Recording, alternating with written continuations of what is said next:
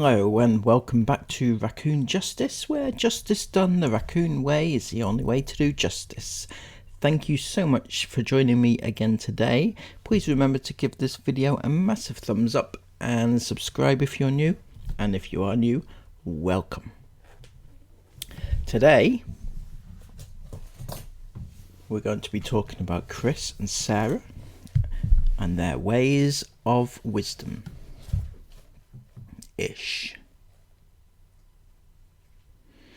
Something went down yesterday during their video, and I can't put my finger on what. They seemed a bit perturbed, a bit offish. Something happened and they're not telling us what. They moved to a new hotel, which I think was planned because they told us yesterday, but they just seemed a bit off. They spent all day going around the packing up and then going to the new hotel. It left them with an 11-minute vlog, which is a bit shit. They're supposed to be on holiday and this is supposed to be their holiday vlogs, but they didn't show anything at all, nothing. If I was on holiday and I was made to pack up and move to a new hotel and unpack again midway through my stay, I don't think I would be too happy about that.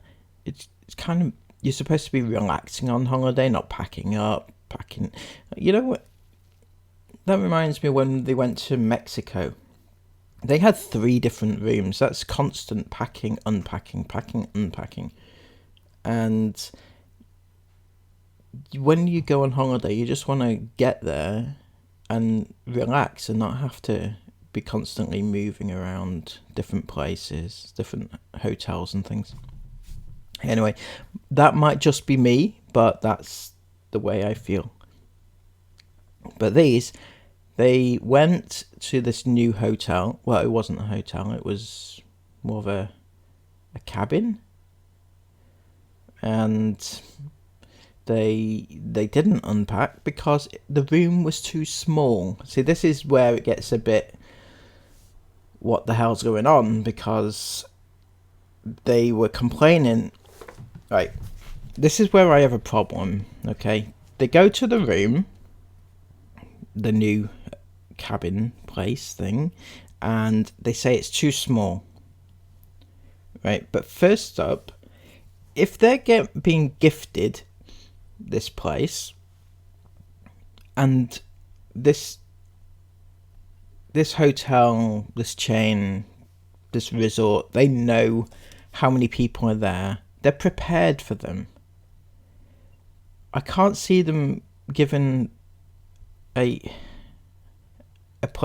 accommodation that's too small, because they know how many people they're expecting, because they've made the deal to accept them there. It doesn't make sense to me. Anyway, Sarah's saying that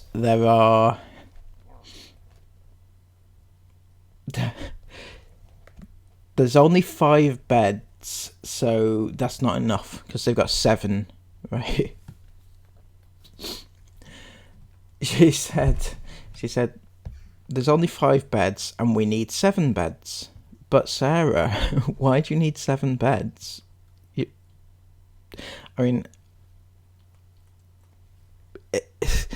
Even there's Chris and Sarah share a bed, right? So that immediately negates 1. So you'd need 6. You wouldn't need, just because you've got 7 in your family doesn't mean you need 7 beds. But even ordinarily, right, you've also got Mila. She doesn't need a bed on her own. She didn't have a bed on her own at home. Then you've got, well, I don't know what Jace is going to do, because he sleeps in a cot still, so maybe they've got a cot available, I don't know. Anyway, but then you've got Esme and Isla, who never share, will never have their own. They always share beds at home, and even on holidays they do. Remember in that van where you've got 3 of them cramped in a little space, and you never complain about these things, Sarah. You never complain that there aren't enough beds because you don't usually need that many. So why the complaints on this occasion? Why weren't you happy? What went down? Are they making you pay? Chris said a couple of times he can't wait for the all-inclusive. Later for the all-inclusive. Which struck me as being a bit odd. He was... he said, "Oh, I can't wait till this evening for the all-inclusive." And it's like, why did the all-inclusive not start already? Why did you have to wait for it? Or don't you eat unless it's included in the price? I mean, you didn't pay for it anyway. But was there like a gap somewhere where it wasn't, the all-inclusive hadn't started? I don't know. It was a bit weird. I found it a little bit off. But yeah, apparently there's a zoo of sorts nearby. The girls came running past saying that they saw live elephants, and Sarah seemed a bit surprised, which is a bit odd because if you were going to stay in a resort, you'd be researching before you go where you're going to be staying, and you'd know most likely that there's animals being kept nearby.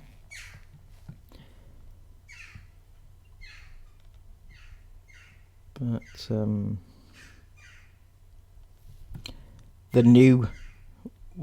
the stopgap the stopgap cabin that they didn't stay in, they did what if Sarah did a room tour. Why did you do a room tour of that cabin if you weren't going to be staying there? You did more of a room tour than you did in the one that you did stay in before. But yeah, she showed off the his and hers bathroom toilets where Chris and Sarah can sit on the toilets together and talk, and share those intimate moments. That is it wouldn't bother Sarah too much anyway. She loves the open plan bathroom scenario, doesn't she? So I noticed that Jace was, again, he's always falling asleep during the day on his holidays. Like, most kids are, active during the day, and, they sleep well during the night. It's like, my issue was he was, again, sleeping in the sun. I don't think I'd be very happy with that happening. He just lies down on the sunbed and just falls asleep. I think I'd want some sort of shade for him if he was doing that. But Chris said, and this is just, Inghams are the best, aren't they? Chris said that Jace doesn't whinge like most kids do. Well, he is an Ingham, and the Inghams are better than everybody else. So what do you expect, Chris? What do you expect?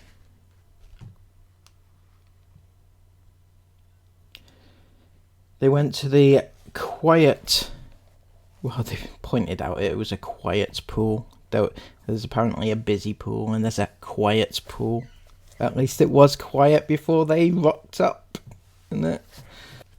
Then he went for the dinner They finally got their all-inclusive meal, but it wasn't good enough for Princess Isabel. She was craving spag bol, but it's apparently, now this made me laugh, okay?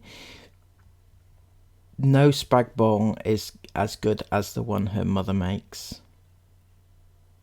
which I've got to say is her mother makes it by boiling rice, by boiling mince. Maybe she thinks that's how spag bol is made, by boiling mince. Just no, it's not. Honestly, it's not. It's not. No.